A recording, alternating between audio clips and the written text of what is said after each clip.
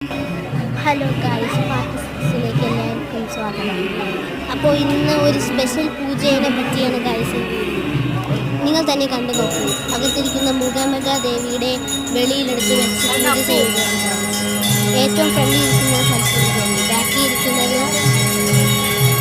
മൂകാംബിക ദേവിയാണ് ഗൈസ്. നാദാത്മികേ